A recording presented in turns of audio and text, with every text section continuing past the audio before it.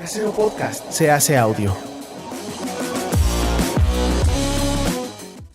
Creatives del mundo, bienvenidos a este nuevo episodio de Rifades.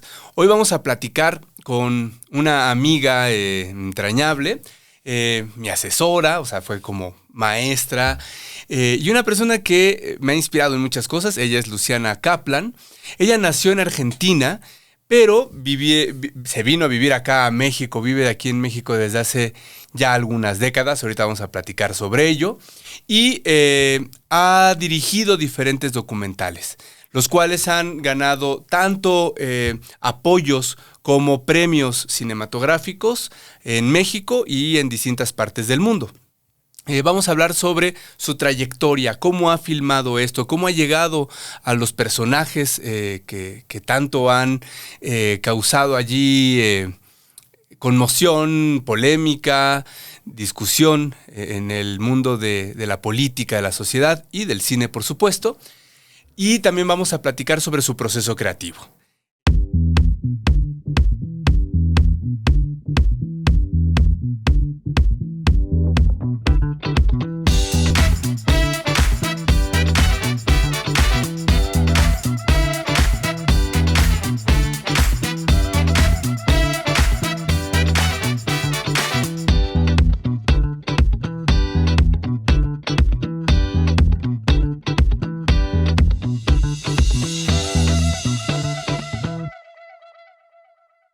Ella es Luciana Kaplan, bienvenida.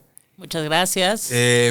Y bueno, para comenzar, pues llama la atención que naciste en Argentina, pero te viniste acá muy chica. A los 3 años. 3 años, ajá. Pues no llama tanto la atención porque hubo una dictadura. Entonces, es lo que te iba a preguntar, ¿fue relacionado con Videla? Sí. Bueno, pues no solo con Videla, con otros muchos más, pero bueno, digamos que hubo una... En el 76 hay un golpe de Estado, desde el 75 ya pues hay una atmósfera política muy complicada. Mis papás pues están involucrados en la política, ¿no? De manera muy...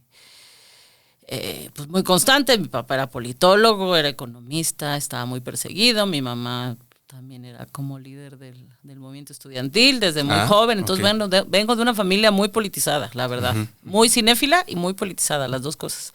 Entonces, en el 75, pues, como te digo, mi papá estaba muy amenazado y extrañamente quien lo invita a venir a México es el presidente Echeverría, que por un lado, pues, pues mandaba a matar a gente como mi papá en México, pero pues se adornaba de alguna manera invitando como intelectuales latinoamericanos para decir que él era muy progresista. Y bueno, pues él invitó de alguna manera a mi papá a trabajar a México. Él trabajó toda la vida en la UNAM. Y pues de alguna manera nosotros nos quedamos viviendo en México pues toda la vida, pero bueno, es un poco mi contexto familiar, ¿no? Es bien interesante porque eso que estás diciendo me recuerda al caso de muchas otras personas en Argentina, que muchos migraron solamente por un tiempo y después regresaron en cuanto terminó la dictadura. Otros, en cambio, ya no hallaban otra vez su lugar de vuelta, ¿no? Estoy pensando en Juan Gelman. Claro. Estoy pensando, no sé, en otros. Y bueno, en estas, ¿cómo decirlo?, contradicciones, ¿no?, del gobierno mexicano. Como bien dices, creo que a algunas personas ya se les ha olvidado este asunto de que el PRI es parte de la Asociación de Partidos Comunistas del Mundo, y entonces es como de izquierda el PRI, ¿no? Era. Entonces, bueno, era. Ya no, pero digo, al sí menos era. en su construcción, estatuto, ideales. Sí. Digo, en la práctica otra cosa, pero la política internacional mantenía esa línea izquierdista y de apoyo a los movimientos pues contra las dictaduras y demás, sí, ¿no? Su relación con Cuba y bueno, pues claro. Venían muchos chilenos, uruguayos, argentinos, ¿no? Realmente fue un punto de apoyo bien importante, ¿no? Eso sí, no lo podemos negar. Ya lo que pasaba en el país, pues era otra historia, ¿no? Sí, totalmente. Pero, sí, así es. Oye, entonces tú no tienes prácticamente recuerdos de Argentina. Pues no, realmente. Añoranzas. Sí, añoranza, sí. Yo creo que hay una parte de mí que sí pertenece, porque la cultura argentina y la cultura mexicana son muy diferentes, Sí. ¿no? Realmente son países muy distintos. Yo creo que los argentinos no se creen latinoamericanos. Entonces, porque pues hay toda esta tradición europea muy fuerte, ¿no? Que también es muy diferente a la mexicana, ¿no? Sí, sí. Entonces, pues sí, yo creo que hasta mis mismos padres tuvieron un poco de shock cultural, y yo creo que muchos de los que vinieron, pero finalmente sí fue un país que los acogió, les dio la posibilidad de tener una carrera pues muy exitosa, les abrió unas pues muchísimas puertas, pues a ambos, ¿no? O sea, mis padres, o sea, la UNAM, el Colegio de México, y realmente hicieron una carrera y que no podrían haber tenido Más en como Argentina. académicos. Sí, ambos eran más bien académicos. Son, bueno, mi mamá, mi papá ya falleció, pero eran más bien pues, académicos, investigadores. Pero yo creo que nunca hubieran soñado tener una carrera como la que tuvieron en México, la verdad, y por eso es que nunca pensaron en regresarse. México le debe mucho a estas migraciones, o sea, se ha llenado de la intelectualidad, se ha nutrido del, pues, ¿cómo decirlo?, de grandes mentes de diferentes países. Pasó también con España, ¿no? Sí. Con Franco y demás. O sea, Claro. creo que en buena medida la potencia cultural mexicana deviene de estas recepciones masivas, ¿no?, que ha habido en ciertos momentos. Oye, y dices, bueno, tengo algunas añoranzas. ¿Qué es lo más argentino que te queda o qué es lo que añoras de pronto de allá? Pues digamos que cada vez que voy a Argentina, sí me lleno como de nostalgia, ¿no? Una nostalgia que no sé bien de dónde viene. No es que le extrañe aquí, pero cuando voy hay algo que yo creo que uno no puede reconocer qué es, pero hay algo que le habla a uno, ¿no? Es decir, yo sí soy un poco de aquí, no sé bien qué es, la verdad es que no lo puedo explicar. Creo que pero tiene que ver pues con las calles, con la gente, porque bueno, uno finalmente siempre se siente un poco extranjero, por lo menos yo siempre me he sentido un poco extranjera, porque uno se ve un poco diferente. Creo que hay algo que ver con el físico también, es decir, todos los días hay alguien que me pregunta de dónde soy y tengo que explicar toda mi vida, porque si no nadie me cree que soy mexicana, todos los días. Ok. Entonces eso pues hace que uno dice, bueno, pues de repente voy a un lugar donde soy más parecida a los demás, entonces parecen cosas que no son importantes, pero yo creo que te dan esta idea de que uno es extranjero siempre. Yo no sé si solo es en este país, pero hay algo de eso, ¿no? Entonces, el ir a Argentina, pues, y reencontrarse con la familia, y hay ciertas maneras, pues, de hablar, de vivir, de pensar, de ciertas referencias culturales. Es un país que tiene yo creo que una tradición cultural y también de educación política bien fuerte, sí, la verdad. Sí. Entonces, pues, sí, hay esta cosa un poco también como de saberlo todo que tienen los argentinos, que yo me siento cercana. Y no sé, la verdad es que es difícil explicar, pero sí, cuando estoy aquí no, pero cuando voy a Argentina hay algo que me une bueno, o sea, finalmente, pues sí, hay una parte mía, pues es de ahí, ¿no? Sí, supongo que tiene que ver con la educación casera, los sabores, Sí, sí. Pues sí, esa idiosincrasia que no es tan concreta, que no es tangible, tácita, simplemente claro. algo que uno tiene ahí, pues que es un poco, que no soy de aquí ni de allá, pero en el medio, ¿no? ¿Qué le pasa? Yo creo que a tanta gente, ¿no? Cuando llegas acá tienes 3 años, pero vas creciendo y me imagino que llegó la adolescencia, el momento de la primera juventud de elegir qué querías hacer. ¿Y qué estudiaste? Pues estudié cine. En el CCC. En el CCC. De hecho, ¿cómo llegaste a eso? Sí. Pues la verdad es que te digo, además de que vengo de una familia muy politizada, vengo de una familia muy cinéfila. Entonces, desde que era muy chica, me llevaban al cine a ver películas, pues, muy complejas, ¿no? ¿Te acuerdas cine de arte europeo, obviamente, Fellini, Bergman, Joseph Losey, en fin, hay un montón de películas que a veces eran muy complejas, yo no las entendía del todo, pero sí creo que me formaron cinematográficamente, a lo mejor sin darse mucha cuenta, ¿no? O sea, ¿a qué edad te acuerdas de estar viendo a Bergman? A los 10 años. Sí, entonces, creo que mis papás estaban un poco locos, pero bueno. Así, pero creo que no soy la única, he hablado con varios. Y es una cosa a lo mejor también medio argentina, no lo sé. Pero sí, o sea, mi papá sobre todo era una persona muy cinéfila y hablaba de cine muchísimo, o sea, todos los directores y los cineastas, en fin.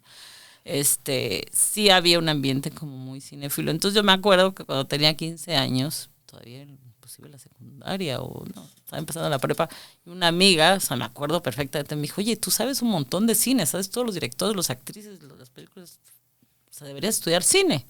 Dije, pues sí, la verdad es que debería estudiar cine. Y desde entonces decidí que iba a estudiar cine y estudié cine. Esa es la Así realidad. de simple, qué padre. Sí, digo, obviamente, pues yo no tenía la menor idea de lo que implicaba hacer una película. A mí me encantaba ir al cine y estaba un poco rodeada de todo esto, pero pues de todo lo que implica hacer una película, pues no tenía mucha idea hasta que entré a estudiar cine, ¿no? Entonces, tu primer ideal de estudiar cine era hacer ficción, por lo que me estás Sí, diciendo. y también hacer fotografía. O sea, me gustaba foto. la fotografía. Yo entré al CCC pensando que iba a hacer ficción y que iba a hacer fotografía y acabé haciendo dirección y acabé haciendo documental. Eso pasa mucho, ¿no? ¿Cómo fue que diste ese cambio, ese vuelco? ¿Sucedió durante la escuela, durante el CCC? Sí, pues obviamente me di cuenta que toda la parte técnica de la fotografía, pues que no era lo que realmente me interesaba. Lo que me interesaba era contar historias.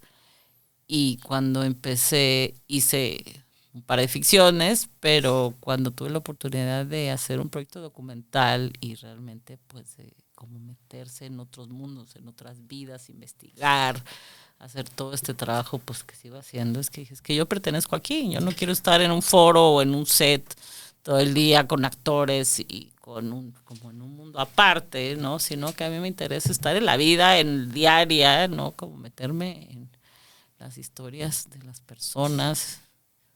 Me gusta mucho escuchar a la gente, escuchar sus historias. Entonces eso tiene mucho más que ver con el documental. Entonces ahí me di cuenta que quería hacer documental.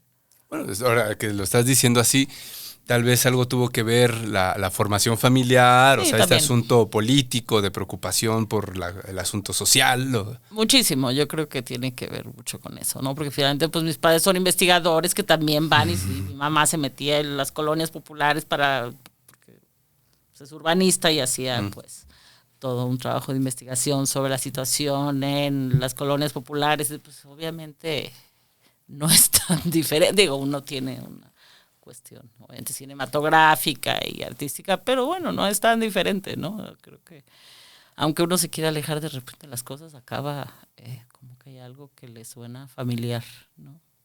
Claro, al final nos llama a la herencia, nos llama... Sí, y hay gente que no, o sea, creo que uh-huh. depende mucho, pero bueno, a mí me pareció mucho más emocionante esta idea de ir descubriendo mundos y de meterse en la vida de otras personas, ¿no? Y de contar historias a través de eso. ¿Cuál fue tu primera experiencia en documental en la escuela? Pues hice un documental que fue mi tesis, que se llama Cuentos Chinos, que cuenta justamente la historia de los chinos en México, ¿no? Y que justamente tenían, bueno, cuento un poco todo esto de la matanza de los chinos, pero porque vinieron. Y lo que pasaba ahorita un poco con lo que pasaba en ese entonces, y me imagino que sigue pasando, pero con las generaciones nuevas que no se sentían de un lugar ni del otro, que eso de alguna manera me hacía sentir pues cercana. Y me pareció pues fascinante la historia. Entonces me metí ahí, empecé a investigar y a filmar, ¿no? Me tardé bastantes años, pero finalmente hice una película, que bueno, ahí está, existe ¿Qué fue tu tesis? que fue mi tesis del CCC, Ok. que se llama Cuentos Chinos. ¿Se puede ver todavía hoy? ¿Anda Sí. por allí? ¿En dónde la puede ver la gente? Pues realmente ahorita no está en ninguna plataforma, está en el CCC porque obviamente ellos lo tienen ahí y bueno, como era otra era no tan digital y fue realmente hace muchos años, entonces pues hay que un poco rescatarla y ponerla en alguna plataforma, cosa que obviamente siempre digo que voy a hacer y nunca me da tiempo, pero pues sí se vio y fue pues, a varios festivales y realmente sí tuvo en ese, bueno, pues estoy hablando ya serán casi 18 años, una cosa así, pues hace rato. Ahorita que estás diciendo esto, pienso que IMCINE sí tiene la plataforma esta de Filmin Latino, en donde está sacando mucho material, ahí sí se puede ver la revolución. Sí, sí. ¿El CCC tiene algo parecido? ¿Sabes si tiene en marcha algún acuerdo con alguien, con otra institución? No, o sea, lo que sí tienen que está bien interesante y ahora se ha puesto más en marcha es que están llevando sus películas, sus cortometrajes, documentales a todo tipo de instituciones, desde asilos hasta casas de culturas muy pequeñas, o sea, se están moviendo muchísimo en esta cosa de mostrar los trabajos no solo en festivales, sino en todo tipo de espacios, en México, afuera, ¿no? A mí me llama mucho la atención. Entonces, digo, para bien todo este trabajo que están haciendo ahora de pues de mostrar los trabajos de los alumnos en muchos espacios que antes no se mostraban, y creo que está muy bien. Claro. Me decías que terminaste tu tesis y entonces este primer documental algunos años después de que empezaste el proyecto. ¿Cómo cuántos años en general te toma hacer un documental? Me imagino que es variable, pero... Por lo menos 3 años. Eso es así, como de cajón. Hay unos que se tardan 5. Menos de 3 años, la verdad es que es complicado. Es muy difícil que hacer un largometraje documental más o menos complejo, pues menos de 3 años, 2 años y medio, pues yo te diría que es imposible, porque los procesos de edición, justamente, digo de todos, pero los procesos de edición son especialmente complejos. Entonces, pues 8 meses, 1 año por lo menos se ven en el proceso de edición. Ahorita que estamos hablando de tiempos, creo que ahí es donde empiezan las primeras confusiones en general para quienes no se dedican a esto. En cualquier arte, ¿no? Que una sinfonía se tardó fulano de tantos años en componerla. Y entonces uno piensa que el pobre cuate todos los días trabajaba en ello, se iba a comer y regresaba a trabajar, y creo que no es tan así. Creo que cuando uno dice, por ejemplo, te tardas 3 años en hacer un documental, ese tiempo que puede sonar como avasallador, ¿cómo se administra? Por ejemplo, cuando tú estuviste en esos 3 años de Cuentos Chinos, estuviste yendo a filmar, regresabas, y mientras tanto, ¿cómo transcurre la vida de una documentalista? Sí, claro, en el Inter uno hace pues muchas cosas, además hace pues, otros trabajos, porque obviamente en el caso de Cuentos Chinos, pues era mi tesis, nadie me estaba pagando por hacer nada, aunque sí me dieron una beca del FONCA.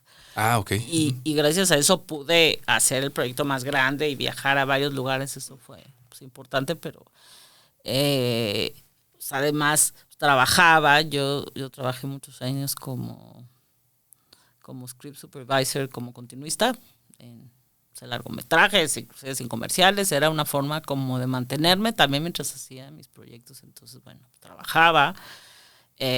Además, uno de repente pues se atora, ¿no? Y no sabe bien hacia dónde va a ir. Dice, ok, ya edité esto, no sé muy bien hacia dónde va la película, vamos a dejarla 3 meses y después la retomo. O también en el proceso de filmación no hay cosas que uno esté filmando todo el tiempo, ¿no? Entonces, puede ser que durante un mes uno filme 10 días, pero después se tiene que esperar porque lo siguiente que tiene que filmar hay que prepararlo, hay que levantarlo, hay que hacer producción. Entonces, a lo mejor es dentro de 3 meses, ¿no? Uh-huh. Si bien no estás trabajando todos los días, estás esperando un permiso, o estás esperando los fondos, o estás haciendo o te vas a trabajar, o estás esperando que el fotógrafo se desocupe porque está ocupado. O sea, hay miles de factores que pues hay que empezar a acomodar, ¿no?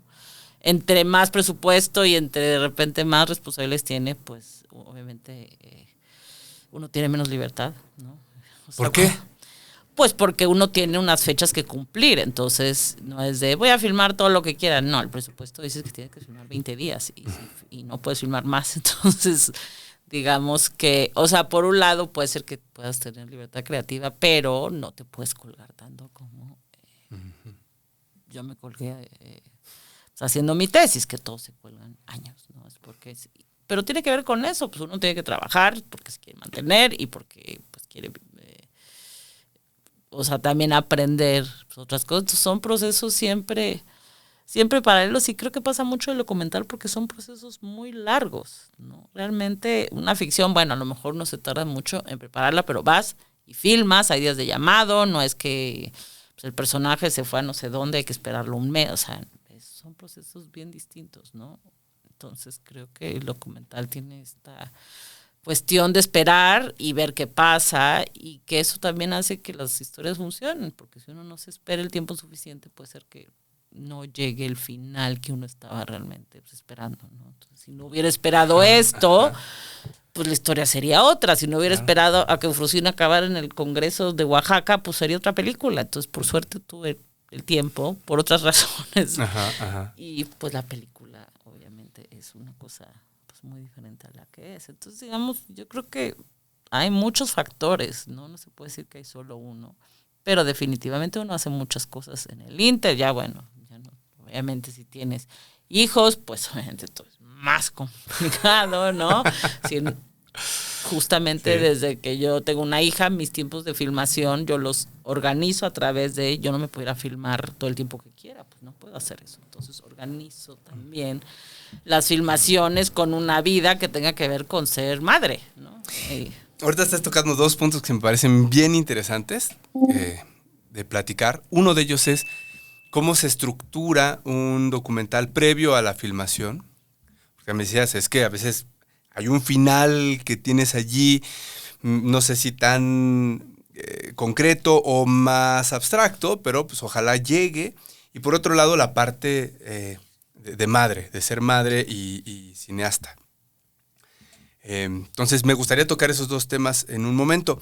Quería decirle precisamente a la gente que nos está viendo, a les creatives, a nuestra comunidad, que esto es muy interesante porque a veces pensamos que una tesis es un proceso lineal. O sea, tú terminas tu licenciatura, sea de cine o de antropología, y entonces al año tienes que tener tu tesis terminada, y aún más en sistemas educativos como el europeo, pues resulta que ya estás entrando a la maestría, prácticamente terminando la licenciatura, y un poco la maestría termina de ser como tu tesis o tu requisito de titulación, y de allí saltas al doctorado. Y de pronto platicaba con un amigo que se dedica a cuestiones académicas, que estudió en Europa, me decía, tenemos doctores de 20 y tantos, 30 años, ¿no? A los que además se les está exigiendo publicar, hacer artículos, ir a congresos, ya hablar de sus investigaciones y exponer. Dice, cuando apenas todavía él mismo me decía, me sentía en formación, o sea, y no es solamente un proceso administrativo, me decía, es más como un proceso personal, de esa maduración, de entender el fenómeno que estás observando durante tu tesis. O sea, eso de alguna forma a veces requiere que uno crezca. Sí, que uno viva. Exacto. Sí. Y exacto, crecer fuera de las bibliotecas, fuera de la computadora. Me decía, y es que a veces eso el sistema educativo no lo comprende porque está por números y tienes que rápido tener tus titulados y toda esta carrera pues estadística, ¿no? Que les exigen a las universidades los que les dan las becas. Y bueno, es un sistema global ahí bien fuerte que estaría padre en algún momento también analizar, ¿no? Porque creo que impide este otro abordaje mucho más natural, ¿no? De las cosas. Sí. Por eso yo no me dedico a la academia. Sí, entre otras muchas cosas, pero sí. Pero sí das clases. Claro, también pero eres profesora de documental. Sí, pero es muy diferente. Yo creo que yo no busco ni una maestría ni un doctorado. Yo lo que busco es hacer películas, y en el proceso de entender cómo se hacen películas, pues poder dar clases, porque he creado un sistema en el cual, bajo mi experiencia y otras cosas, puedo dar clases, pero a mí no me piden hacer un trabajo académico, no. O sea, pues la experiencia que me viene es de todos los revolcones que me he dado haciendo películas, porque eso es ¿no? Y lo que uno ha aprendido haciéndolas, y bueno, uno va creando un método, pero creo que la academia, justamente, el mundo documental y el mundo del cineasta es muy diferente. La verdad, creo que justamente hay esta posibilidad de vivir un poco más y de tomarse otro tipo de tiempos. Y cuando te digo tesis, pues es hacer una película que también me colgué tres, o sea, creo que ya ni me acuerdo, pero y en el que podía trabajar y que realmente no había un deadline, y menos en el CCC de esos momentos. Ahora son más estrictos, pero pues estuve 3 años, y cuando lo terminé creo que fui la única persona de mi generación que se graduó. Ok. Sí, que hizo una tesis y que, o sea, creo que después, varios años después, creo que 1 o 2 se graduaron, pero... O sea, no es muy común. No, okay. Bueno, no era. Sí, claro. En ese entonces, ahora ya obviamente está más... han cambiado mucho las cosas, pero creo que es muy diferente. Y justamente no tienes esa presión de, tengo que hacer una maestría. No, más bien, pues, ¿qué quiero hacer? Quiero hacer películas, pues me voy a poner a levantar proyectos, ¿no? Bien. De que terminaste ese primer proyecto al siguiente, ¿cuántos años pasaron? ¿El siguiente cuál fue? ¿La Revolución? No, hice un documental que se llama Milagros Concedidos, que es como un mediometraje, que es sobre un pintor de exvotos. Ok. Bueno, perdón, para quien no conoce qué son los exvotos fuera de México, pues, a ver, tú me corriges, pero son estos pequeñas pinturas o retablos en donde se narra cómo alguna divinidad, la Virgen, Dios o algún santo, intervino para que se realizara un milagro, ¿no? Sí, como que se agradece a través de un retablo. Bueno, es una tradición como muy antigua, pero encontré un pintor de retablos que se llama Alfredo Vilchis, que sigue existiendo, se volvió súper famoso y hacía unos retablos agradeciendo, pues, que alguien que estaba en las Torres Gemelas no se había muerto. O sea, era como una idea del retablo moderno, ¿no? Entonces me pareció bien interesante. Pero bueno, ¿cuánto tiempo pasó? Pues por lo menos unos 4 años, la verdad, entre que acabé este documental de los chinos y acabé el otro, pues bueno, 4 o 5 años más o menos entre que pues me puse a trabajar porque salí de la escuela y pues hay que trabajar, ¿no? ¿Trabajabas entonces de supervisor de continuista, de sí. continuista, ok. Entonces hice, de hecho, hice Amores Perros, por ejemplo, hice otras películas grandes, sí, fui, entonces, pues, que también es interesante porque el ser continuista te ayuda mucho a saber cómo dirigir y cómo editar. Ajá. Porque uno es el que tiene la película en la cabeza, cómo pega todo con todo, pues uno es el responsable. O sea, ¿estás pensando eso? O sea, a veces estás pensando como continuista cuando estás dirigiendo un documental. Pues no como continuista, pero sí cómo va a pegar una cosa con la otra y es algo que creo que todos los directores tienen que tener. Okay. Cómo estoy filmando esto y esto, cómo pega, cómo voy a pegar esto, pues tengo que hacer otra toma porque esto nunca va a pegar y no creo que sea solo los continuistas, sino es algo que pues uno cuando está filmando está editando porque si no después pues, el pobre editor, ¿qué voy a hacer con todo esto? Gracias por la pedagogía, pero ajá. Creo que este hecho de haber sido continuista, la verdad, yo siento que me ayudó mucho a saber construir, ¿no? Porque pues eso es lo que hace también un continuista. ¿Cómo filmas? ¿Cuántas? Esto no va a pegar con esto, ¿cómo construyes una historia, ¿no? Oye, de Amores Perros, ¿te trajiste alguna experiencia así que dijeras, esta pepita sí la guardo, es muy importante para mí? ¿O fue un rodaje como una otros pesadilla. en los que trabajas? La verdad. Ok. Y digo, ya no me da pena decirlo porque todos lo padecimos. Fue una pesadilla porque eran llamados pesadísimos. Era una película muy complicada donde había siempre perros, sangre, unas locaciones tremendas, ¿no? Pues un director complicado, sí, fue una película muy difícil, obviamente. Puedo decir que sí, aprendí, pero ahí me di cuenta que no quería hacer ficción nunca más en mi vida, aunque seguía haciendo y que dices, bueno, qué bueno haber sido parte de este proyecto que se volvió tan famoso, pero así como me inspiró y me hizo. Ajá. Hay mucha gente que me pregunta, entonces, ¿eso te catapultó? Ajá. ¿Eso te inspiró? Dije, la verdad, no. Perdón, pero no hay que ser honestos. Bien, qué bueno haber trabajado con Rodrigo Prieto y con Brigitte Broch y con gente que yo quiero mucho y me caen muy bien, pero y sí, bueno, hicieron algo que hizo una película muy importante para el cine y a lo mejor es buen currículum, pero así como que fue algo que me marcó. No. Okay. Más bien sí me hizo pensar que yo no pertenecía al mundo de la ficción y menos así que yo bueno, quería es una hacer gran otra ayuda, cosa. ¿no? O sea, es una gran ayuda que alguien te enseñe o te ayude a descubrir que por ahí no. O sea, eso es genial, me parece, en la vida, porque a veces se tarda uno años, ¿no?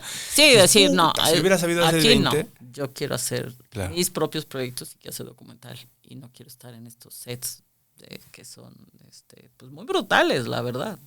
Qué raro, fíjate, en el podcast, sin querer, Chino y yo ya hemos tenido 3 personas que han trabajado con Iñárritu en estos últimos días, ¿eh? Sí, mira. A una coreógrafa, ajá, a un músico, Juan, Priscila, y ahora tú, entonces sí, creo que el pues que bueno, sigue es está... Alejandro, ¿no? Güey, te toca. No, bueno, pues obviamente ha hecho muchas cosas. O a los perros, güey. Sí, o a los actores, no sé, sí. Pero bueno, sí, fue obviamente, yo entiendo que sí es una película icónica del cine mexicano y ahora en retrospectiva digo, bueno, qué bueno haber estado ahí, pero pues sí, fue una experiencia muy sufrida, la verdad. Y que tuvo muy buen marketing, ¿no? Sí, porque se creó como la idea de este cisma, de que a partir de ahí empezó el nuevo cine mexicano y la crítica creó una mitología alrededor de esta peli y de esta generación, ¿no? Distinguiéndola de... Sí, después venían cineastas de fuera a decir, quiero venir a filmar el México de Amores Perros. Así como, ¿qué? Yo te lo juro que lo escuché muchas veces, ¿no? Así, este México de Amores Perros como así, más... salvaje. Más sórdido marginal. Y más como si no existiera antes o no sé, pero sí era como muy, o sea, sí marcó como, sí puso a México en el mapa de alguna manera que a lo mejor antes Definitivo. no estaba, sí. Sí. Y ahorita que se hace ese México así, pienso, ¿y a poco no existe ese Japón así y ese Sí. Canadá así? O sea, No, claro, ¿no? pero De pronto también como, no sé, estas construcciones que se van haciendo sí. de qué es un país o, ¿no? Sí, Es muy bueno, interesante si es también. una parte de un país, digo, sí, sí hay peleas de perros, sí hay colonias pobres, sí hay gente que sufre de esa manera, definitivamente, pero pues en ese sentido, hasta digo que sí creo pues cierta curiosidad, por lo Ujú. menos, ¿no? Hacia México. Bueno, dejando esto a un lado, tu siguiente documental entonces fue sobre este señor Vilchis que hacía retablos. Fue un mediometraje. A ver, ayúdame a entender un poquito el mediometraje, porque me parece que es una medida, no sé si un género en sí mismo, difícil, ¿no? De encajar, difícil de meter. En algún momento me dijeron, en términos comerciales es muy difícil un mediometraje porque los cortos, pues como sea, los puedes mover más fácil en muestras o los compilas a varios y los pasas en una sola presentación. Un largometraje, bueno, está perfectamente delimitado. Pero un mediometraje como que es difícil, ¿lo metes en dónde o cómo? ¿Tú no tuviste ese problema de distribución y demás? Pues no realmente, digo, creo que también fue hace muchos años y tampoco había este mercado que se movía tanto en la televisión, en los festivales y en las plataformas. Las plataformas no existían. Claro. Entonces, sí estuvo nominado al Ariel, por ejemplo, sí se dio en la televisión, sí se dio en festivales, o sea, sí tuvo pues una vida un poco igual al de un cortometraje, ¿no? No, creo que no. En ese momento, pues no hubo mucho problema. De hecho, yo conozco varios casos de mediometrajes, de hecho, de algunos estudiantes del CCC que pues han sido muy exitosos y realmente la duración No les afecta. No. Ay, qué bueno. Ok, entonces es a lo mejor hay una mala idea que tengo, ¿no? Al respecto del mediometraje. No, Algo pues que yo había creo que escuchado. sí es más complicado, pero digamos que también se puede mover y si una película dura pues 40 minutos, pues dura 40 minutos y pues así se queda, ¿no? No hay que alargarla No, o no hay que acortarla a lo mejor. para que quepa. Y de allí, ¿cuál fue tu siguiente salto, tu siguiente proyecto? Entonces de ahí yo empecé a trabajar en la beca de ambulante. Estuve pues varios años trabajando en las becas de ambulante. Una era de Gucci y otra de la Cuauhtémoc Moctezuma, que daban fondos para postproducción de documentales. Entonces yo estuve ahí pues como la directora de la beca dando, pues viendo proyectos y apoyando proyectos durante varios años, que también fue un trabajo bien interesante porque pues sabía un poco lo que se estaba haciendo y también pues como que participaba en los procesos de postproducción y se hicieron películas pues pues muy interesantes. Presunto Culpable salió de ahí, Trazando a Leida de Cristian Burger, de Los que se quedan de Carlos Hagerman y de Rulfo, en fin, como que apoyaban muchas películas y creo que fue pues una experiencia pues, interesante. Ajá, eso puede ser, me parece muy interesante. Si nos cuentas un poquito, ¿cuáles son los criterios por los cuales evalúan a un documental como para ganarse una beca? ¿Qué debe tener un proyecto de documental? Porque hay mucha gente queriendo hacer documental. Ahora se puede hacer con un celular y ya. Pero ¿cómo le haces para llegar a una beca de esas? ¿Qué debería tener un proyecto?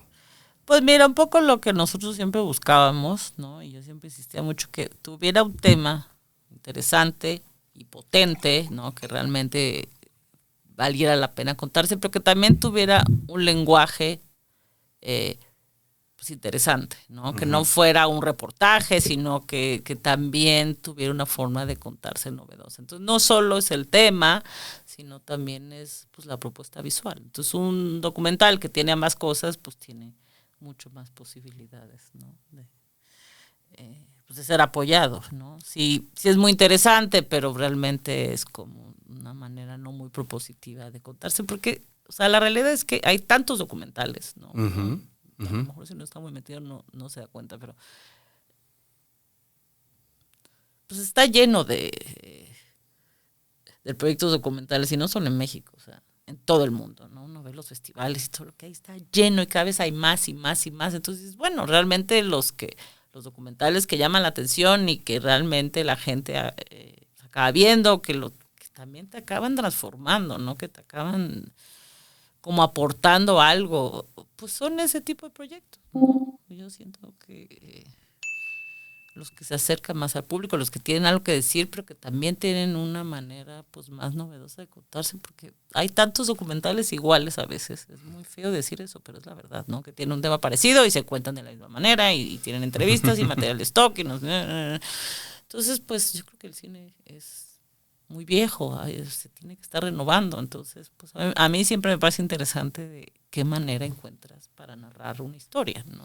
¿Se tiene que haber estudiado cine para ganar una beca de producción de documental? No, pues de hecho, poniendo el ejemplo de Presunto Culpable, eran unos abogados que quisieron hacer una película, obviamente con apoyo de gente que sabía del cine, pero no necesariamente, ¿no? En este proyecto de Presunto Culpable, tengo entendido, y es el siguiente punto a donde quisiera ir, que intervino en la estructura narrativa una persona ajena al proyecto, ¿no? No era parte de los abogados. Sí. ¿Cómo estuvo esa parte? O sea, ¿ya estaba pensada desde el proyecto cuando ustedes lo recibieron para la beca? No, ¿Tú fue sabes eso? no, claro, pues que sí, conozco muy bien toda esa historia porque fue pues larga, truculenta, complicada, interesante, o sea, fue realmente un caso bastante particular porque bueno, llegó a nosotros, o sea, era el primer año de la beca, ¿no? Que estábamos también viendo pues cómo lo hacíamos, ¿no? Un poco inventando el hilo negro. Entonces, bueno, o sea, llegó este proyecto que estaba muy en pañales, se veía que era gente que sabía de cine, pero no mucho, pero la verdad es que la historia era bien interesante y habían tenido un acceso que nadie tenía, ¿no? Entonces, bueno, finalmente... El de los el careos. De los juicios. Ajá. y todo lo que... Es que nadie... ¿Quién graba? Sí, como realmente, pues, yo creo que nadie pensaba que eso iba a ser una película, pues los dejaron filmar y como eran abogados, pues, digamos que... Entonces, bueno, hay potencialmente un proyecto que es interesante. Obviamente no son cineastas, hay que ver cómo también ayudarlos y apoyarlos para que no sea justamente pues, un reportaje y sea algo como muy desde afuerita, sino que realmente se meta más al meollo del asunto, que sea una cuestión también emocional, que realmente te ayude a entender a los personajes, porque yo creo que la diferencia que siempre hay como toda una discusión, ¿cuál es la diferencia entre un documental y un reportaje? Bueno, creo que la profundidad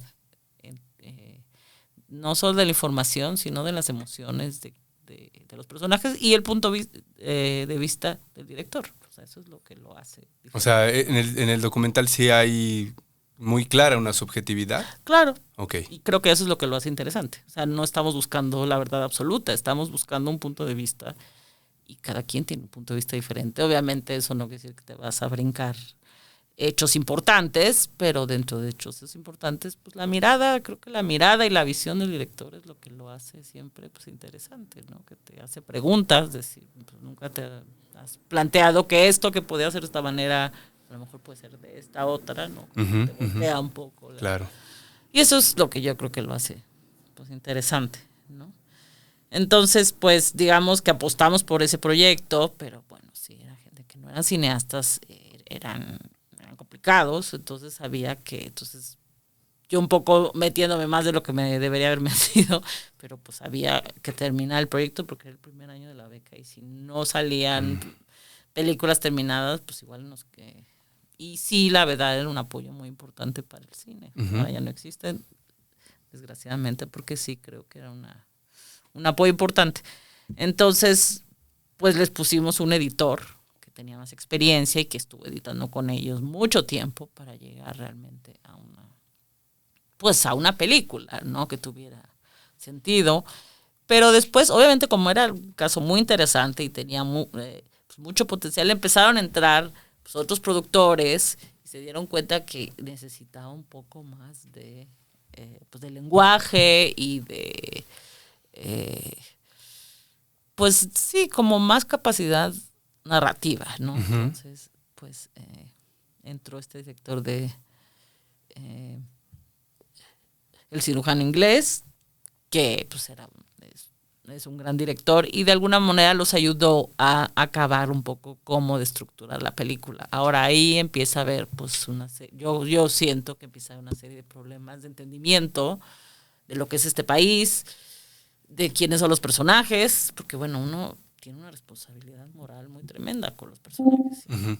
Entonces creo que el hecho de que entrara alguien muy ajeno también siento que no entendía lo que podía pasar si pones a uno de los personajes como el villano de la película cuando no lo es, y eso generó una cantidad de problemas. Para crear esta idea de viaje del héroe o esa idea. Sí, es siempre un problema y que realmente es algo que hay que empezar a desechar porque es muy peligroso. Uh-huh. O sea, y más en documental, me parece, ¿no? No, en documental sobre todo. Hay peligros en la ficción también, me parece, ¿no? Sí, pero es...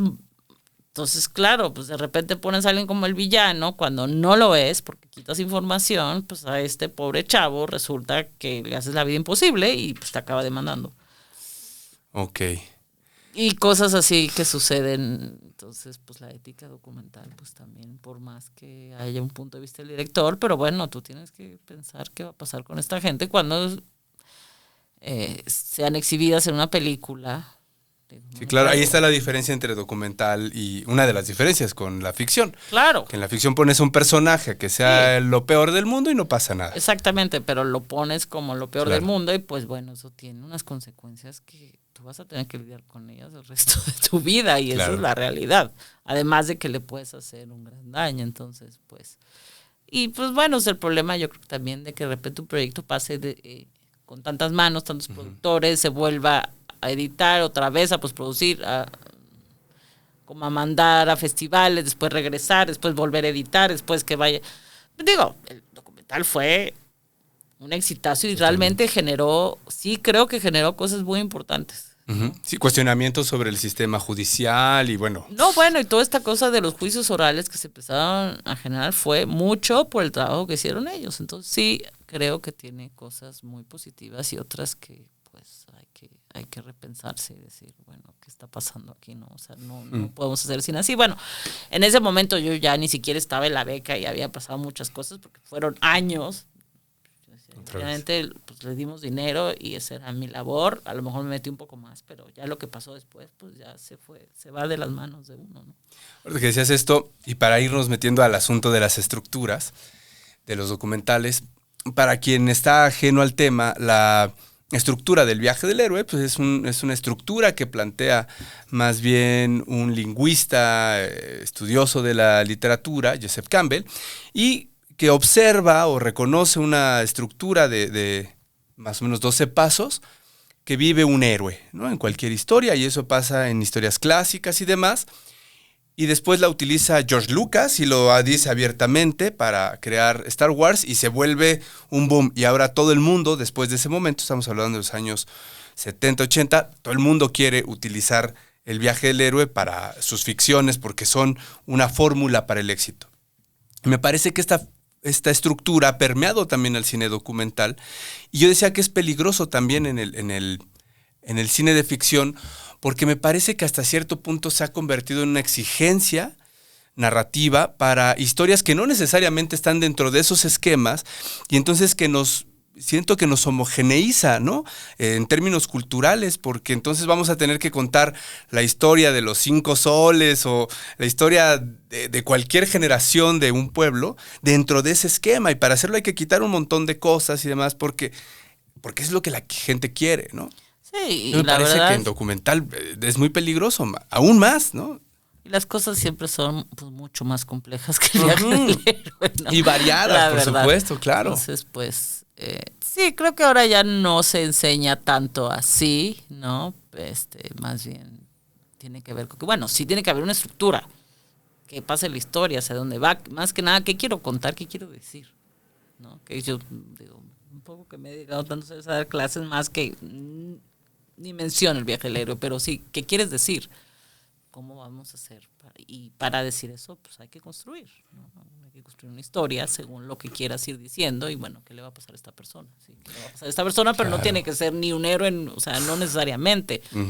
Pero yo más bien digo, ¿cuál es el viaje de los personajes? ¿Qué le pasa? ¿Dónde empiezan y dónde terminan? ¿Qué le sucede a esta persona durante su proceso, no? Puede ser mil cosas, ¿no? Pero uno tiene que ir buscando. Pero creo que la línea tiene más que ver con qué quiero decir con esta película. ¿Qué quiero que el espectador sienta en el momento que se levanta de la butaca y se va a su casa? ¿Qué quiero que piense? ¿Qué quiero que sienta? ¿Qué quiero que se encabrone? ¿Quiero que sufra? ¿Quiero que tome conciencia? ¿Quiero que piense en su propia vida? Pues, ¿qué quiero? ¿No? Para ponerlo más en concreto, Eufrosina. ¿Cómo fue ese proceso de conocer el caso, de acercarte con ella, de generar esta idea de qué quiero? ¿Cómo empezó el acercamiento con ella? ¿O por qué te llamó la atención hacer un documental sobre esta personalidad de la política? Sí, que cuando yo la conocí no era una persona de la política, eso es lo que es interesante. Pues mira, fue todo, pues, es que a veces las historias un poco te caen encima, ¿no? No sé si uno las busca mucho, de repente simplemente te caen, pero yo en ese momento estaba haciendo un proyecto sobre las mujeres iraníes, mira justo ahora lo que está pasando, pero que habían luchado en la revolución y después un poco les habían dicho que se fueran a su casa y finalmente estaban en el exilio. Entonces estaba haciendo este proyecto, ¿no?, sobre estas mujeres iraníes que me pareció súper interesante, pero nunca pude ir a Irán porque no me dejaban entrar. Entonces estaba un poco entre frustrada y ya no sabía qué hacer. Y de repente una amiga periodista que la había entrevistado me dijo, oye, pues yo conocí a esta mujer y me parece súper interesante porque está tratando de cuestionar los usos y costumbres desde su comunidad, desde dentro. Y pues el contexto es interesante, ¿no? El PRI estaba como tambaleándose en el Estado, ella está planteando otras cosas. Me dijo, es una persona bien interesante, la deberías conocer. Entonces me insistió muchas veces y decía, no, es que Irán, y bueno, en fin. Ya, bueno. Y finalmente, pues sí, la acabé conociendo y sí me pareció una persona muy inteligente, muy interesante y que sí se podía hacer una película justamente de esta especie de lucha o de tratar de cambiar la manera en que vivían en su comunidad, porque a ella le parecía que no era la única manera y que le parecía que era impensable que una mujer no pudiera tener un cargo o las mujeres no pudieran votar y que estaba tratando de cambiar eso, ¿no? Entonces, pues decidí que de alguna manera sí tenía que ver con lo otro, porque era como de, yo no voy a aceptar esta manera de que me imponen las cosas. No, soy una mujer y quiero de alguna manera hacer las cosas de otra manera, ¿no? Fuera de la tradición. ¿Es posible? ¿No es posible? ¿Qué va a pasar? No sé. Entonces empecé a filmarla y pues la apuesta era un poco, bueno, vamos a filmar con todo el trabajo que está haciendo y ver qué va a pasar en las próximas elecciones por usos y costumbres. ¿Van a votar las mujeres o no van a votar las mujeres? Ese era el proyecto. ¿No? O sea, seguirla en ese proceso, claro, que podía tener un final triste. O sea, triste era, no, las mujeres no votan, o final feliz y Eufrosina logra su cometido y sí puede acceder a un cargo o votar, o el voto de las mujeres. ¿Y a qué precio? ¿No? Porque el precio a pagar creo que es un tema también de la película. El proceso. De decir, pues, ¿qué tengo? ¿Cuál es mi precio personal también en esto? ¿No? Pues que, digo, entre mi seguridad personal y hasta que finalmente, de repente, pues está con el pan. Y la película da una vuelta de 360 grados, así como de, ¿qué? Ajá. ¿No? Margarita Zavala, sí, no es que me llega pues a invitar. La cooptaron y finalmente, pues sí, es llegar a este lugar político, pero pues a qué precio, y por eso la película termina un poco así, ¿no? Como no en la subida, sino un poco en el incertidumbre, en el bajón y en la pregunta de ¿en dónde me metí? El desazón, ¿no? De ese sueño y de pronto, bueno, no sé si es desazón porque termina pues convirtiéndose en una persona de la política nacional con una relevancia determinada, ¿no? Sí, dentro de un partido súper conservador que obviamente lo que menos les interesa son los indígenas y que hay un nivel de utilización, pero ella también, como ella me decía, sí, O sea, yo sé que me están utilizando, pero yo también los estoy utilizando. Pragmatismo político, claro. Entonces, pues Sí, es sí, un sí. personaje muy complejo que también Sí. generó mucha crítica y también mucha polémica, y fue un proyecto pues difícil, ¿no? Era como de, pero ve lo que está haciendo Eufrosina. Digo, bueno, yo no soy responsable de lo que está haciendo ahora. O sea, yo hice un retrato de este momento, ¿no? De ese tránsito de ser una luchadora social a, pues, a involucrarse en la política, y ya, yo no soy responsable de su vida, ni su portavoz, ni entonces es... Pero sí fue un documental al que le fue muy bien. Sí. Tuvo muy buena Sí, sí, recepción. sí. Y de hecho se sigue viendo. Sí. O sea, Para quien no lo conoce, ¿podrías decirnos en dónde lo pueden localizar? sí, de hecho está en una plataforma que se llama Filmin Latino, que es pues es muy accesible, es bastante barata dentro de todo. Pueden suscribirse. Ahí hay muchísimas películas mexicanas, pero también extranjeras. Es un proyecto de IMCINE con otros socios, pero creo que es bien interesante y ahí... ¿Cuáles ahí están? ¿Qué películas tuyas están allí?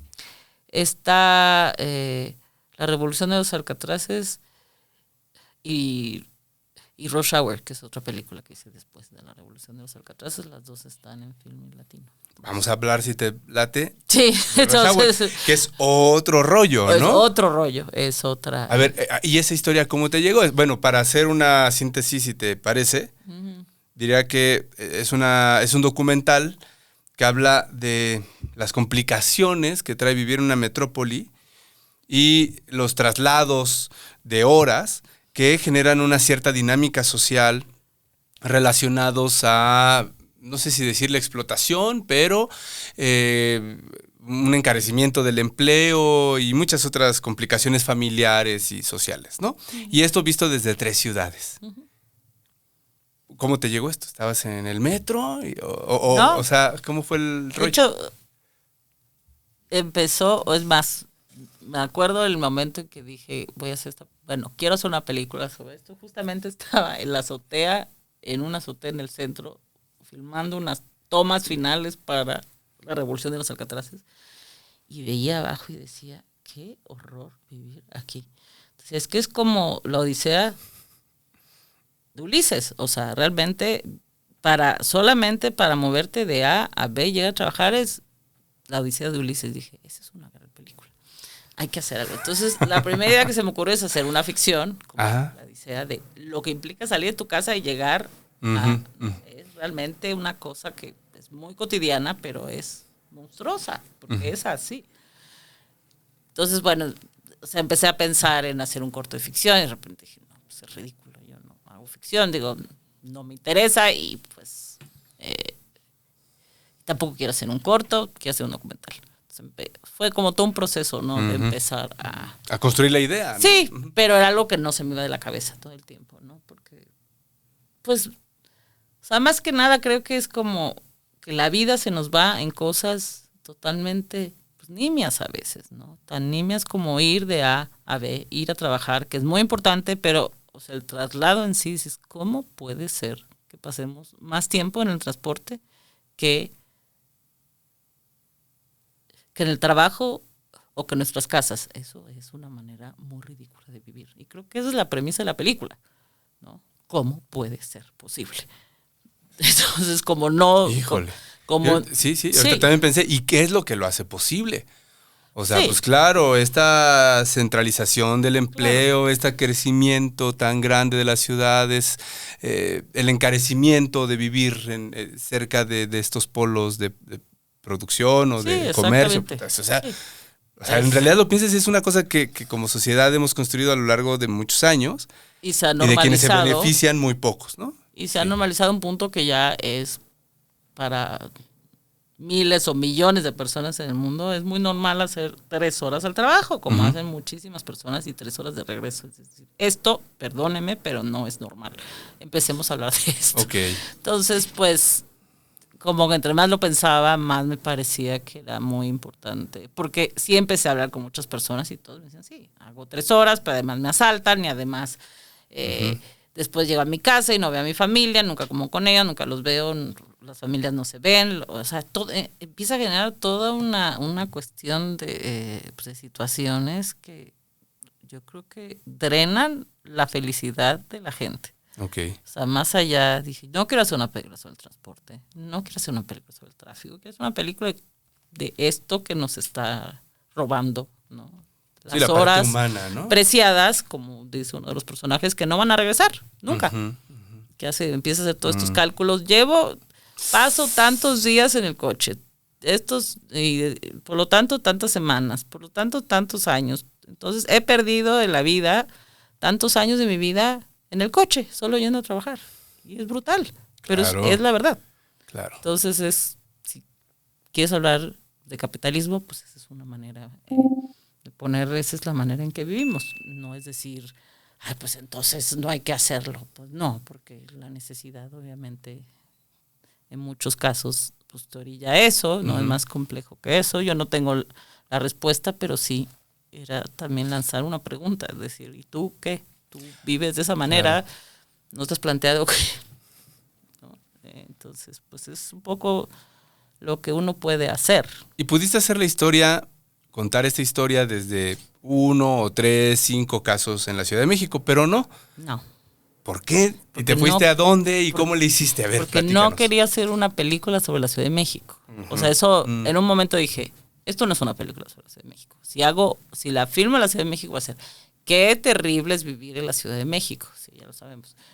Pero creo que el problema es más grave, o sea, es un problema global de todas las personas que habitan las grandes ciudades y que tiene que ver con, inclusive ya las ciudades medianas, ¿no? Es una manera de vivir, es una manera de comprarse un tipo de vida que pues está totalmente distorsionado y creo que por lo menos hay que tomar conciencia de que así es, ¿no? Entonces, ¿y en dónde filmaste? En Estambul y en Los Ángeles. ¿Por qué estas dos ciudades? Entonces, ahí empezó un poco la investigación. Dije, ok, ¿cuáles son las ciudades más congestionadas del mundo? Después chequé, hay un estudio en el que mide la cantidad de dolor implicados en los trayectos en todo el mundo. ¿Qué ciudades tienen los trayectos más dolorosos del mundo? Sí, ahí es esto. Okay. Entonces, obviamente la Ciudad de México estaba siempre, digo porque cambian un poco pues, año con año, estaba entre el 1 y el 3 siempre. O sea, doloroso se refiere al estrés, al peligro de ser asaltado, secuestrado, etcétera, etcétera. A los problemas de salud que esto genera, a los problemas sociales, a los divorcios, o sea, toda la cantidad de cosas que hay alrededor de eso. ¿Quién sabe ese estudio tan choncho, no? Sí, no, era, pero el nombre en sí ya era brutal. Claro. Pero Estambul estaba también muy cerca, como en el número 6, ¿no? Y Los Ángeles, digamos que era el número como 13, pero era también pensar, bueno, es que no solo el transporte público, el manejar todos los días 3 horas de litros es igual de espantoso que lo otro, ¿no? No se trata del transporte en sí, es más bien esta idea de que hay que moverse y todo lo que implica moverse. Entonces, por eso busqué una ciudad donde pues el único manera de moverse pues es el automóvil. Y también un poco para no repetir los mismos contextos, bueno, es que puedo meter Bombay o Bangkok o ciudades que son también muy complicadas, pero no son muy diferentes a la Ciudad de México, la verdad. Okay. No hay diferencias sociales, no hay mucha violencia, entonces sí quería buscar contextos diferentes para decir esto es más complejo de lo que pensamos, ¿no? No importa si es una sociedad europea que parece más desarrollada de alguna manera, pasa lo mismo, aquí también. Estambul es una ciudad pues más dividida, las mujeres quieren empezar a salir a trabajar, pero eso implica que tienen que dejar a sus hijos solos, como pasa en la película. Entonces empiezan a haber ciertas situaciones que no solo hablan del transporte y de las horas perdidas, sino de justamente a quién dejas en la casa, de quién tienes que despedir todos los días y no puedes ver, qué otros problemas generan, ¿no?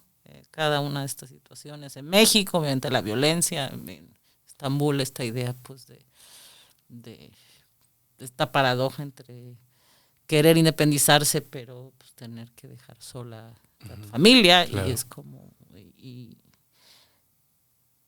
en Estados Unidos pues, esta idea de que voy a mudarme a los suburbios para tener una vida más tranquila porque quiero tener una familia y además quiero ser músico, pero como estoy tan lejos, ni soy músico, ni soy padre y finalmente este sueño americano no funciona. Sí, claro.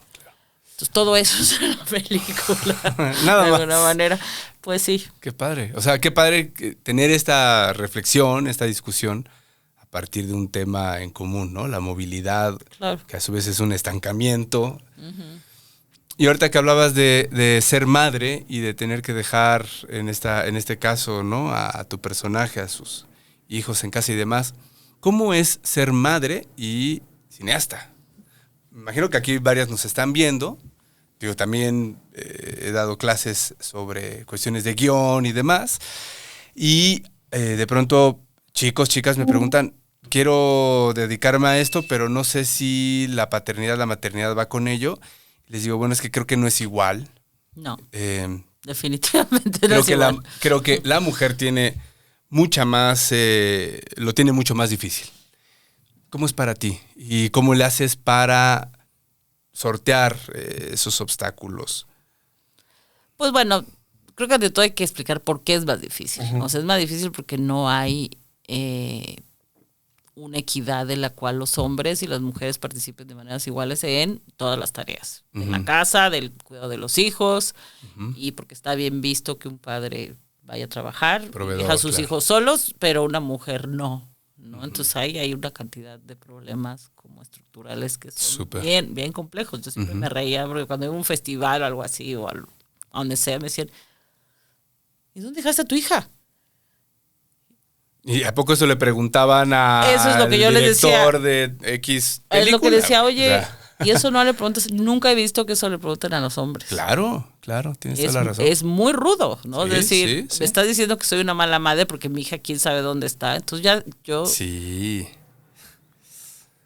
ya hago bromas porque sí, como ya me enojaba y ya no les decía. Entonces decía, no, mira, pues la dejé, hay una especie como de guarderías, pero esa es como de perros, pero de niños. Y ahí la dejé. Y ahí está bien. No hay problema. Entonces Claro. hacía bromas y la Sí. gente se lo creía. No, la dejé sola en la casa. Sí. Sí, la dejé sola en la casa, pero mira, tiene comida, tiene un iPad, tiene un teléfono. Si hay algún problema, pues le llama a mi mamá y mi mamá si puede va o no, pero ahí la dejé sola. Pero pues está bien, ¿no? Sí, ya de plano, porque ya me enojaba. Decía, oye, o sea, ¿quieres que esté aquí? Pero que además, y si no fuera mamá, me dirías que por qué no soy mamá, pero al mismo, es como bien complejo. Sí, o sea, sí. la verdad es que, entonces, bueno, ¿cómo hace uno? Bueno, tiene que, obviamente, pues, por lo menos pensar en tener una pareja en la cual pueda Apoyarse, ayudar, claro. ¿no? O una red, ¿no? Sí, una pareja, una red, algo que te ayude de alguna manera, porque si no, pues es imposible. ¿No? Así como para los hombres sí es posible, porque no tienen esta dedicación. En general, yo no voy a decir que todos son así, pero yo creo que nunca he visto un hombre diciendo, es que tengo una chamba, pero no tengo a dónde dejar a mi hijo, ¿qué voy a hacer? No, siempre hay alguien que le resuelva. Sí, se da por el hecho. asunto. Sí. ¿no? Sí. Entonces, pues de alguna manera sí he tenido, pues, parejas hasta cierto punto que han, te diría que me han apoyado, pero no se debería tampoco ser así, que bueno, han hecho lo que les corresponde, que es Claro, también claro. estar ahí cuando yo no estoy. Pero con el tiempo, la verdad, se ha vuelto, en vez de más fácil, más complicado. ¿Por qué? Pues porque creo que a medida que los hijos crecen, también necesitan de repente más atención, o sea, parece que necesitan menos, desgraciadamente necesitan más. Y también, bueno, pues mis circunstancias personales, de repente pues, me he separado, ya no tengo una pareja, entonces es más difícil. Entonces, Te lo complica más, sí, ¿no? sí, entonces lo que hago ahora, además de que obviamente sí existe, como dices tú, es una red, y mi hija ya es más grande y sí se puede quedar sola en la casa de repente y no pasa nada, pero más bien ahora que ya pues tengo esa posibilidad, armo mis filmaciones y mis trabajos en base a lo que puedo o no puedo hacer. Yo sé que no me puedo ir 2 semanas ahora y dejar a mi hija sola, pues no, eso no se puede hacer. Entonces, la manera en que genero y armo mis proyectos, pues tiene que ver Salidas con cortas, eso. ir a grabar Sí. 3, 4 días el fin de semana y nos regresamos. Sí, exacto, ¿no? Sí, te lo pregunto porque la verdad son como esas cosas cotidianas de las que nadie habla. Y es como, bueno, pues hay que hacer películas y se acabó. Pero precisamente yo tenía un proyecto documental con el que nos conocimos, eras mi asesora, y con mi productora hablábamos de tener que ir a grabar de nuevo algunas cosas y demás. Y era, pues nos tenemos que ir un par de semanas, ¿no? Sí, eso ya no. Y digo, ¿y cómo cómo me desaparezco 2 semanas de casa? O sea, no puedo, pues tengo también mi familia y demás, sí, ¿no? Sí. Claro, nadie me ha cuestionado nada al respecto sobre, ay, ¿por qué? O algo así. Sin embargo, Pero para ti es difícil. sí, lo pienso y digo, ¿cómo le hago? ¿Cómo se puede seguir desarrollando una carrera cuando tienes de ese tipo, cuando además tienes que cumplir con ciertas cuestiones como de trabajo, de la chamba del día a día, con tu familia, y luego querer alcanzar eso otro que de entrada no te está dando nada, al contrario, te está normalmente quitando un poco más del dinero que tenías para tus finanzas personales, familiares, ¿no? Entonces, creo que de pronto filmar se vuelve mucho más difícil que cuando tienes otras circunstancias en contra, ¿no? Por ejemplo, pues no sé, que eres joven y no tienes equipo, no tienes una red de profesionales que te ayudan, etcétera, ¿no? Y para ir terminando la charla sobre estas cuestiones como, no amargas, pero realistas de la filmación, ¿cómo vas financiando el proyecto? Ahorita estás haciendo un proyecto. Normalmente, lo que tengo entendido es vas obteniendo una beca, un apoyo y con eso avanzas un pasito en el proceso de preproducción, producción o postproducción, ¿no? O distribución, que es otro del que casi tampoco se habla y que lleva mucha lana, logística y cosas. ¿Cómo le vas haciendo para ir armando uno de estos proyectos? Y al final, cuando terminas un documental, ¿es rentable en términos de inversión? O sea, porque le invertiste tiempo, le invertiste talento y muchas veces también le invertiste dinero. Si le va bien, gana premios. Esos premios son también dinero y ese dinero te alcanza como para pagar deudas y tener una ganancia, un usufructo. Pues mira, la verdad es que ahí sí te voy a decir, yo he tenido mucha suerte. La verdad, he tenido mucha suerte y también creo que también han cambiado un poco las circunstancias, porque ya no es, ya en cierto momento, tal vez la carrera, uno pide fondos para filmar, uno no está poniendo, en general es unir, a lo mejor al principio, los primeros meses, pero bueno, la idea es tener los fondos suficientes y las 3 últimas películas que he hecho, La Revolución de los Alcatraces un poco menos, pero bueno, finalmente pues entró el CCC y puso fondos, Rush Hour y La Vocera, que es el último documental, bueno, el penúltimo porque ahí estoy haciendo otro, pero son películas que se pagaron totalmente con fondos pues del Eficine. Okay. Y la verdad es que no solo se pagaron, que también yo pude tener un sueldo, pude vivir de eso, digo, además de dar clases y de ser jurado y de hacer otras cosas, pero finalmente yo sí puedo decir que he logrado vivir del documental. Ajá. Que la verdad ha sido un largo camino, pero finalmente pues creo que no he tenido hasta ahora ni que endeudarme ni que vender algo para seguir viviendo porque necesito filmar, pero bueno, eso creo que depende mucho pues también. Al principio sonaron. También no es así, llega un momento que dices, bueno, por suerte también ya hay apoyos, otro tipo de apoyos, cada vez hay menos, pero siguen existiendo para que uno tenga el dinero suficiente para filmar y no acabe en la ruina, ¿no? La verdad es que y un poco, pues lo bueno es que mi experiencia sí ha sido eso. Soy parte del Sistema Nacional de Creadores, que eso también pues me ha ayudado un poco pues a sobrevivir mientras el paso como de un proyecto al otro, okay, ¿no? Que eso creo que también es muy importante. Y bueno, ahora estoy haciendo otro proyecto que también conseguí fondos para filmar y también pues para tener pues un sueldo, ¿no? Mientras hago esto. Entonces, en ese sentido, creo que ha cambiado un poco también la manera de producir, ¿no? Uh-huh. Está muy competida, pero si uno puede llegar a tener esa oportunidad, ¿no? O sea, tampoco quiero decir que todos la tienen y que es muy fácil, hay que trabajar pues mucho, ¿no? Y pues, Pero sí hay esa posibilidad, no hay que endeudarse todo el tiempo, sí puede uno conseguir apoyo, sí se puede vivir más o menos de eso, pero bueno, siempre uno sigue dando clases, sigue haciendo cosas. Sí se pueden vender a las plataformas, sí te dan ciertas regalías que se pasan en diferentes lugares, o sea, Si pueden, sigue no la vean en habiendo Cuevana esa. y veanla en Filmin Latino. Exacto. Si tienes el Está chance, Filmin digo, Latino, sorry. está Vimeo On Demand, o sea, cada vez hay más plataformas que, y sí, digo, yo sigo recibiendo cosas, algo de dinero de Rush Hour, aunque sea pues, poquito, pero ¿no? Dices, Claro. bueno, ya eso es una, en vez de estar vendiendo mi coche porque hay que pagar deudas, pues algo me está regresando. Y dices, bueno, pues entonces de a poquito vamos viendo cómo sobrevivir y seguir haciendo cine, que es pues lo único que uno sabe hacer. Oye, para ir cerrando, Luciana, desde tu visión de documentalista, ¿qué es la creatividad? Pues creo que la creatividad es la visión de lo que uno quiere decir y encontrar la manera que más se acerque a lo que te mueve por dentro para decirlo. Creo que tiene que ver mucho con la visión de la vida y encontrar las herramientas necesarias para expresarlas. Ok, gracias. Ahora, para concluir la parte de las preguntas, pasa a tu lado y entonces te toca hacer una pregunta al universo, a la vida, sobre lo que tú quieras. El punto aquí sí es decirla en voz alta. Ok. Es que entonces, exacto, ahí es donde uno dice, ok, se fueron estas 5. Y luego echar los dados a ver qué nos dice el Nada libro. más y nada menos que Rosario Castellanos. Castellanos. Claro, es que esta sección se llama así. Pregúntale a Rosario Castellanos. Ah, ok, perfecto. Entonces, Bueno, pues entonces hago ¿qué una pregunta tienes? Ajá.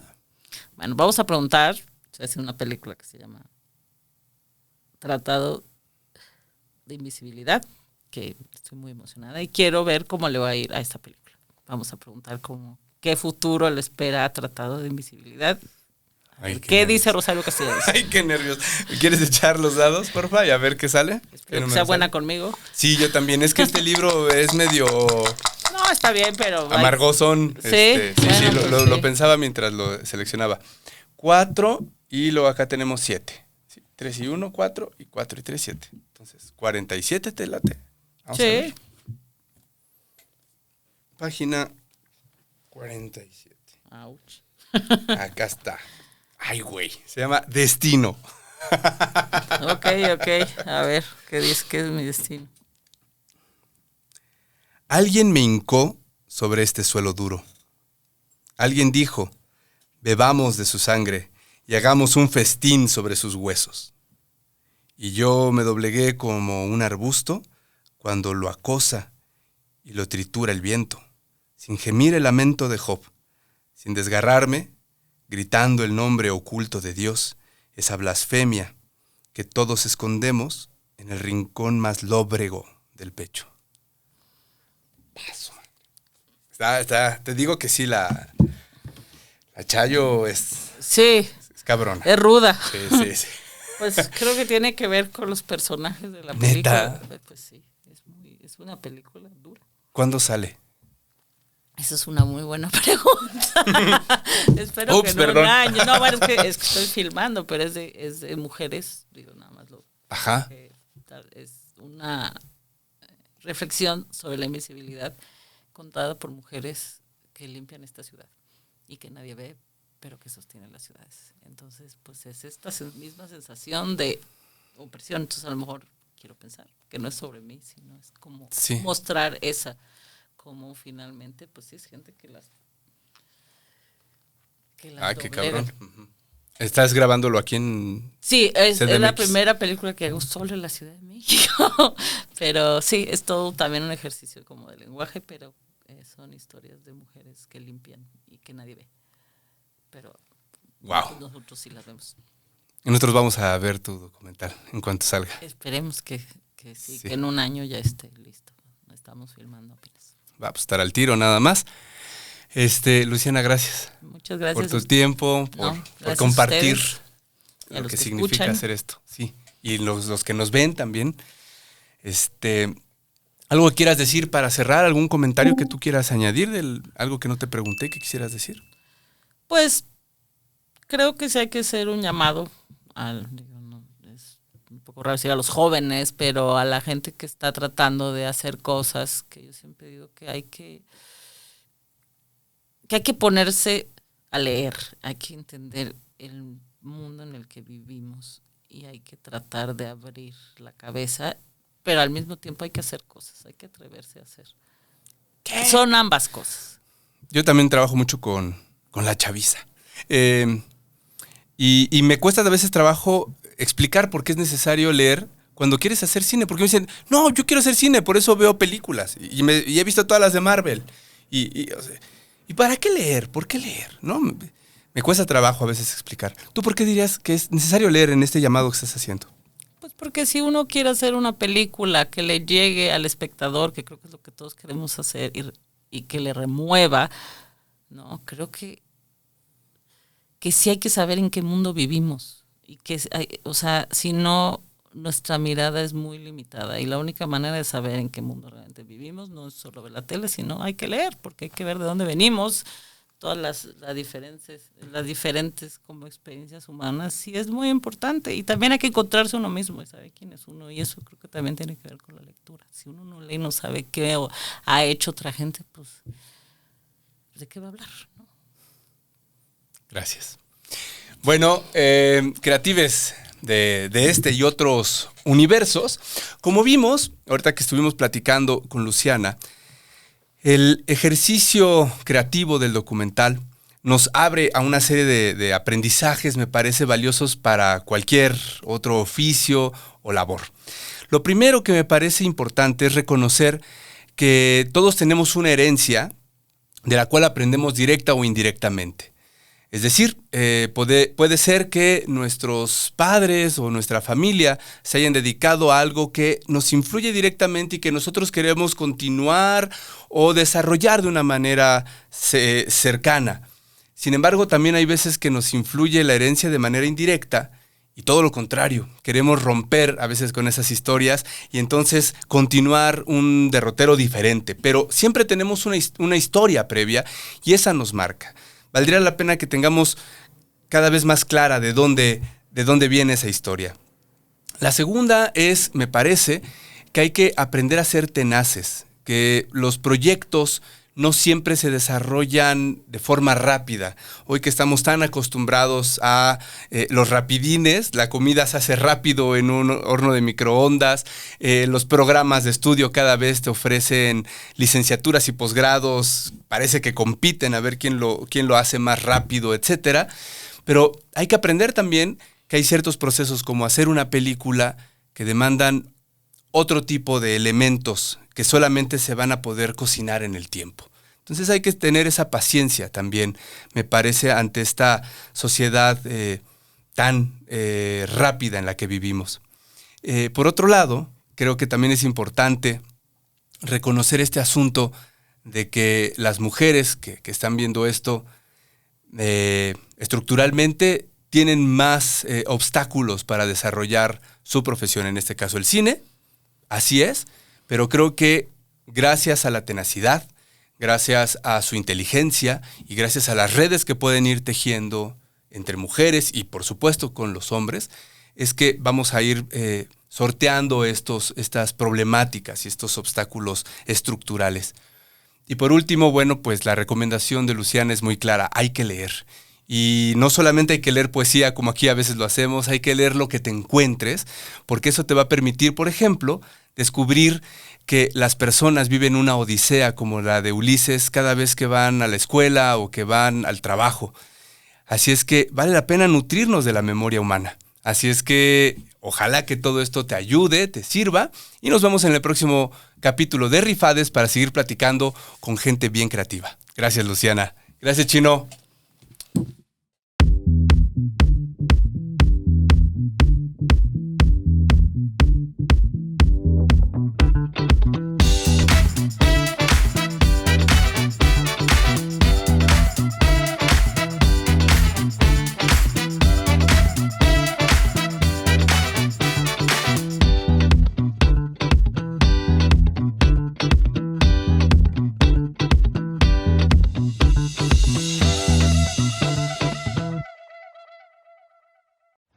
Casero Podcast se hace audio.